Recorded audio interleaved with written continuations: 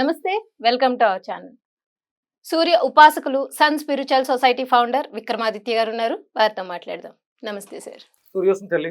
Sir మీరు ఇందాక మాట్లాడుతూ మాఘమాసం విశిష్టత చాలా గొప్పగా చాలా అసలంటే చెయ్యాలి అన్న ఒక ఉత్సాహం, అమ్మో మాఘమాసాన్ని మిస్ అవ్వకూడదు అన్న ఒక క్యూరియాసిటీని క్రియేట్ చేశారు. అంటే కేవలం కన్నె పిల్లలే కాదు మాఘమాసం కోసం ఎదురు చూడాల్సింది, వృద్ధులు కూడా చూడాలి, అందరూ చూడాలని చెప్పడమే నా ఉద్దేశం. అవును సార్. మాఘమాసం వస్తుంది అంటే పెళ్లిళ్ళు ఎప్పుడు వివాహ అవును. ముహూర్తాల కోసమే చూస్తారు. పూర్వం చాలా తక్కువ ముహూర్తాలు ఉండేవి, అది మాఘమాసంలోనే అవును సార్. ఉండేవి. కరెక్ట్. అందుకని అందరూ కూడా మాఘమాసం గురించి ఎప్పుడు పడితే అప్పుడు ముహూర్తాలు ఉన్నాయని చెప్పేసి పెట్టుడు పెట్టుడు ముహూర్తాలు ముహూర్తాలు సార్. అవును. చేసేసుకుని చాలా ఇబ్బందులు పడిపోతూ అవును నిజంగానే ఇబ్బందులు పడతారు. వైవాహిక జీవితాలు, విడాకులు, అపభ్రంశ మాట అని మనం మాట్లాడకూడదు, విష్ణు ఇవన్నీ జరుగుతున్నాయి. అందుకని మాఘమాసం చాలా విశేషం, అది వివాహాలకు ప్రత్యేకం. ఇప్పుడు మాఘమాసంలో వివాహాలు చేసుకునే వాళ్ళు ఎంతమంది అమ్మా? అంటే పూర్వం నాది తూర్పుగోదావరి జిల్లా గొల్లల మావిడాడ, మా అక్క పెళ్లి గొల్లల మావిడాడ సూర్య దేవాలయంలో జరిగింది. అంటే అక్కడ మాక్సిమం అంటే ఇప్పుడంటే మనకి ఈ ఫంక్షన్ హాల్స్ ఇవి వచ్చినాయి, కానీ వివాహాలకి అనువైన ప్రదేశం దేవాలయాలే. మీరు ఎంత గొప్పగా రిసెప్షన్స్ పెట్టి ఫంక్షన్ హాల్స్ లో చేయించిన ఆ వివాహాలు ఏదో ఒక ఇబ్బంది వస్తున్నాయి. ఎందుకు అంటే అక్కడ మనం ఆడంబరాన్ని చూస్తున్నాం, ఆధ్యాత్మికతను చూడట్లేదు. ఒక రెండు మనసుల్ని ఏకం చేసేటువంటి బంధం పెళ్ళి. పెళ్ళి అనే ఒక అద్భుతమైనటువంటి దైవ కార్యం అది. అదే అలాంటిది దేవాలయాల్లో జరగాలి. అది మాఘమాసంలోనే, అంటే మనసుల్ని కలిపేది కాబట్టి మాఘమాసం. సూర్య ఆరాధన, సూర్య ఆత్మకారకుడు కాబట్టి రెండు ఆత్మలని, విడిగా ఉన్న రెండు ఆత్మలని ఏకం చేసే ప్రక్రియ వివాహ ప్రక్రియ. అంటే వివాహ ప్రక్రియలో తాళి కట్టడం కాదు ఇంపార్టెంట్, జీలకర్ర బెల్లం పెట్టి సుముహూర్తము అంటాం. జీలకర్ర బెల్లం తమలపాకు మీద పెట్టి అరచేతుల్లో పెట్టుకుని శిరస్సు సహస్రారం మీద పెట్టించి తనువుల్ని ఏకం చేస్తారు. అంటే ఎంత వైజ్ఞానికత ఉందో. అంటే ఇప్పుడు కొంతమంది హేతువాదులు ఈ కళ్యాణంలో వాళ్ళు చదివే మంత్రాలు వక్రీకరిస్తూ ఉంటారు. లక్ష్మీనారాయణ అభ్యాన్ నమః, ఈ అమ్మాయి ముందు నాకే భార్య అంటే పంతులు ఏదో పెళ్లి చేసుకుంటూ ఇలా సంస్కృతం తెలియకుండా హిందూ ధర్మంలో ఉన్నటువంటి శ్లోకాలు, అది సంస్కృతం అమ్మ. అంటే ఇక్కడ అమ్మ అంటే కేవలం అమ్మ, మమ్మీ అంటే ఏంటి అర్థం? మమ్మీ అంటే మనం అమ్మగా అనుకుంటాం, మమ్మీ అంటే చనిపోయిన శరీరాన్ని పెట్టే. అంటే ఒక వెస్ట్రన్ కల్చర్ లాంగ్వేజ్ కి రెండు అర్థాలు ఇస్తున్నాయి. ఆంటీ అంటే పిన్ని అవుతుంది, అత్త అవుతుంది. అసలు అద్భుతం. సృష్టి ప్రారంభమైన నుంచి గీర్వాణ భాష మన, అంటే ఇప్పుడు మనం మాట్లాడేది ఒరిజినల్ గా గీర్వాణాన్ని సంస్కరించింది అది, అందుకని సంస్కృతం అయింది. ఒరిజినల్ గా ముందు మొట్టమొదటిగా దైవిక భాష ఏంటంటే గీర్వాణ భాష, వేదం చెప్పింది. అక్కడ నుంచి సంస్కరించారు దాన్ని. ఇది అర్థం కావట్లేదు అందరికీ, సంస్కరించడం వల్ల అది సంస్కృతం అయింది. ఆ సంస్కృతంలోంచి తెలుగు అంటే ఎలాంటి ఉచ్చారణ దోషాలు లేకుండా తెలుగుగా ఉండిపోయింది. అమ్మ అంటే అమ్మే, ఇంక దానికి ఇంకా వేరే అర్థం ఉండదు. కానీ సంస్కృతానికి మాత్రం అమ్మని మనం చాలా రకాలుగా వర్ణిస్తారు. ఆ మంత్రాలు ఏదో పై మంత్రాలు చదివేసి వక్రీకరణలు మాట్లాడుతూ ఉంటారు. అలా మాట్లాడకూడదు. సంస్కృతం తెలిసిన వాడు అర్థం, ఛందస్సు, తాత్పర్యం ఇవన్నీ చూడాలి. అవి తెలియకుండా మన ఇష్టం వచ్చినట్టు మనం మాట్లాడుకోవాలి. అందుకని ఏంటంటే వివాహ ముహూర్తాలకి మాఘమాసం చాలా విశిష్టం. మీరేమడగాలనుకుంటున్నారు? అవును సార్, నేను మాఘమాసంలో రథసప్తమి వస్తుంది కదా సార్. సో రథసప్తమిని నార్మల్ గా అనారోగ్య సమస్యలు ఉన్న వాళ్ళు, ఇందాక మీరు చెప్పారు అన్ని సమస్యలకి సూర్య ఆరాధన మేలు అని. సో అలాగే అనారోగ్య సమస్యలు ఉన్న వాళ్ళు, వివాహాలు లేటుగా అయ్యేవాళ్ళు, ఇందాక మీరు అన్నారు వివాహాలు లేటుగా అయ్యేవాళ్ళు మాఘమాసాన్ని ఎలా వినియోగించుకోవాలి అని చక్కగా చెప్పారు. అలా కాకుండా అయిన వివాహాల్లో కుటుంబ కలతలు లేదు మానసిక సమస్యలు ఉన్నవాళ్ళు, వీళ్ళందరూ కూడా అసలు రథసప్తమిని ఎలా వినియోగించుకుంటే వాళ్ళకి ఆ సమస్యల నుంచి బయటపడతారు సార్? రథము అర్థం ఏంటమ్మా? రథం. అవును సార్, గుర్రంతో వెనకాల ఉండేదాన్ని రథము అంటే, అదే బండి, ఒక బండి కదా సార్. ప్రయాణ సాధనము రథము. నా శరీరం ఒక రథం, నేను నడుస్తున్నటువంటి రథాన్ని. అంటే అక్కడ మనకు రథం అనగానే ఒక గోపురం, ఒక ఆలయ ప్రాంగణం, లోపల మూర్తి, కింద చక్రాలు ఇలా ఉంటాయి. ఆయన సూర్యనారాయణమూర్తి ఏకచక్ర రథం దేవం. ఆయనకు ఉన్నది ఒకటే చక్రం. ఆయన రథానికి ఒకటే చక్రం ఉంది, రెండు చక్రాలు లేవు. అంటే ఒక రథం నిలబడాలంటే, ఇప్పుడు మనం నిలబడాలంటే రెండు కాళ్ళు కావాలి. లేదా పోయి నాకు ఒకటే కాలు ఉంది, నేను నిలబడుతున్నానంటే నీకు కర్ర సాయం ఉంటుంది సంకలో. అవును సార్. అంటే మనం నిలబడాలంటే రెండు కావాలి. కానీ అక్కడ ఆ రథం నిలబడడానికి ఒకటే చక్రం. దాని అర్థం ఏంటి? మనం కూడా ఒక చక్రంతోటే ఉన్నాం. ఒకటే వెన్ను ఉంటుంది, మన శరీరంలో ఒక వెన్ను ఉంటుంది. దానికి 7 చక్రాలు ఉంటాయి. అంటే ప్రధానమైనటువంటి చక్రం ఒకటే. అక్కడ సప్త ఏంటి? 7 గుర్రాల రథం అది. రథ సప్తమి. సప్తమి అంటే మనల్ని నడిపించేటువంటి గుర్రాలు సప్తమి. ఆయనకు ఉన్నది ఒకటే గుర్రం, దాని పేరు సప్త. సప్త సప్త ఆ గుర్రం పేరు సప్త.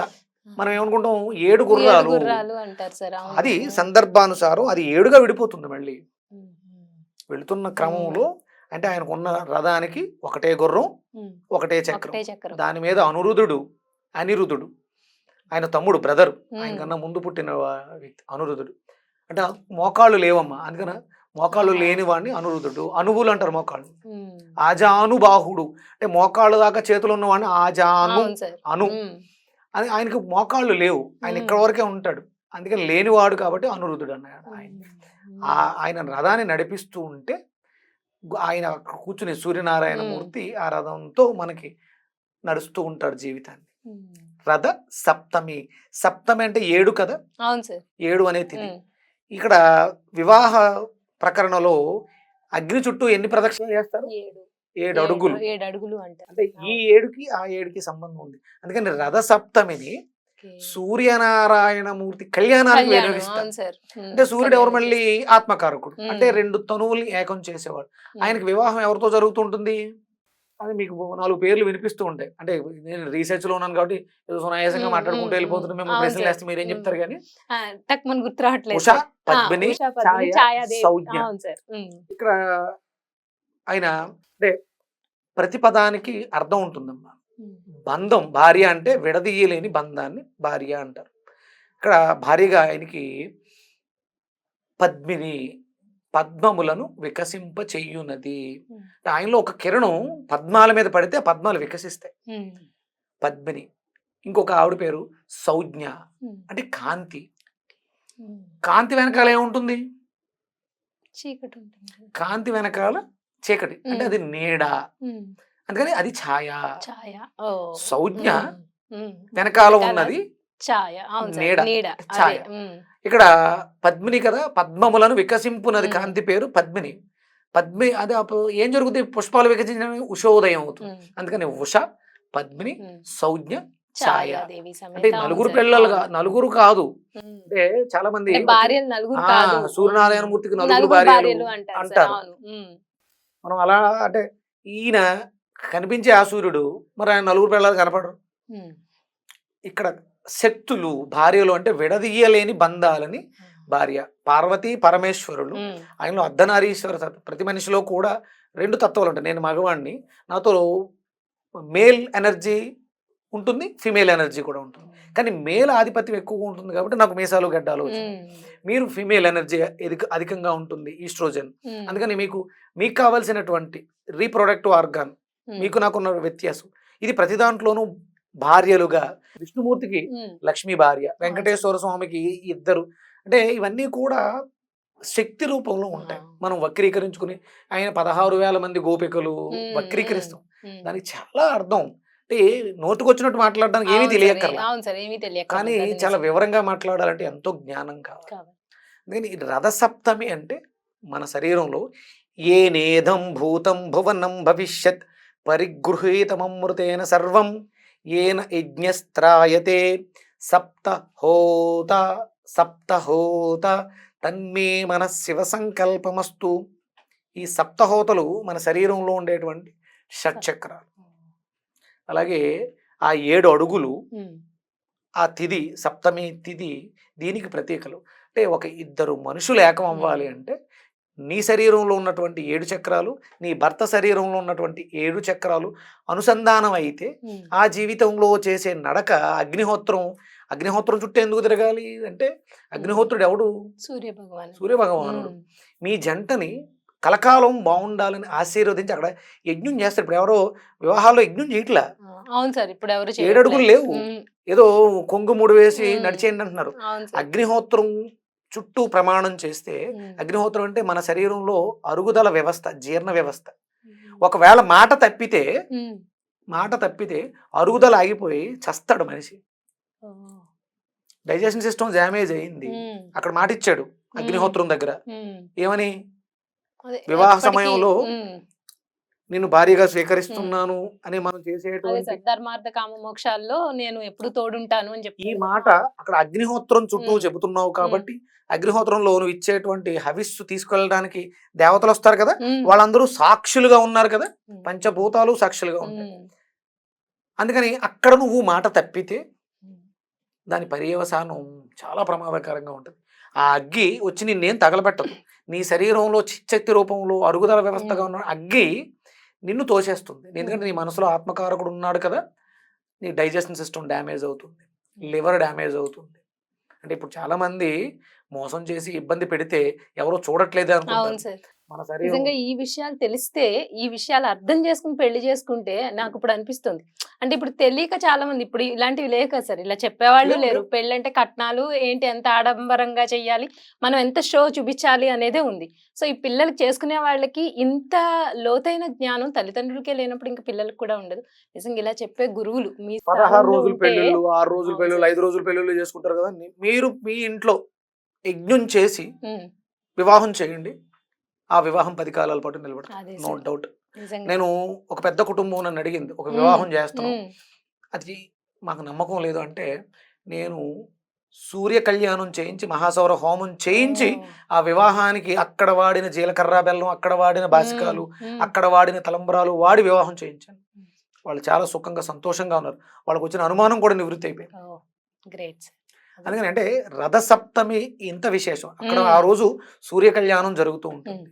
వీలైతే మీకు దగ్గరలో ఉన్నటువంటి దేవాలయాలు వెళ్ళి సూర్య కళ్యాణం చేయించగలిగితే చేయించండి, లేకపోతే స్వామికి నమస్కారం చేసుకుని మీ కళ్యాణం చూసే భాగ్యాన్ని. తూర్పుగోదావరి జిల్లా గొల్లల మామిడాడులో చాలా విశేషంగా జరుగుతూ ఉంటుంది. ప్రతి నెలలోనూ ఏకాదశి రోజు అరసవెల్లిలో జరుగుతుంది. మీకు రథసప్తమికి అక్కడ కూడా సూర్య కళ్యాణం జరుగుతూ ఉంటుంది. ఊరూరా సూర్య కళ్యాణాలు జరగాలి. ఆ కళ్యాణం జరగడానికి ముందు మహాసౌర హోమం జరగాలి. హోమం చేయించండి, సూర్య కళ్యాణం చేయించండి. నాకు ఎవరో ఫోన్ చేశారు, రేపు ఉగాదికి వాళ్ళ ఊర్లో సౌర హోమం చేసి సూర్య కళ్యాణం చేస్తున్నారు. ఇది జరుగుతుంది. ఇది అంతా జరగాలి, అందరూ బాగుండాలి. ఎందుకంటే ఈ 2025 విశేషంగా అద్భుతమైనటువంటి తీర్థం జరుగుతుంది. అందరూ వెళ్ళి స్వామిని దర్శించుకోండి. వీలైతే అరసవెల్లి వెళ్ళండి, ఎక్కడెక్కడ సూర్య దేవాలయాలు అక్కడికి వెళ్ళి స్వామి అనుగ్రహాన్ని అందరూ పొందండి. Thank you sir. సూర్య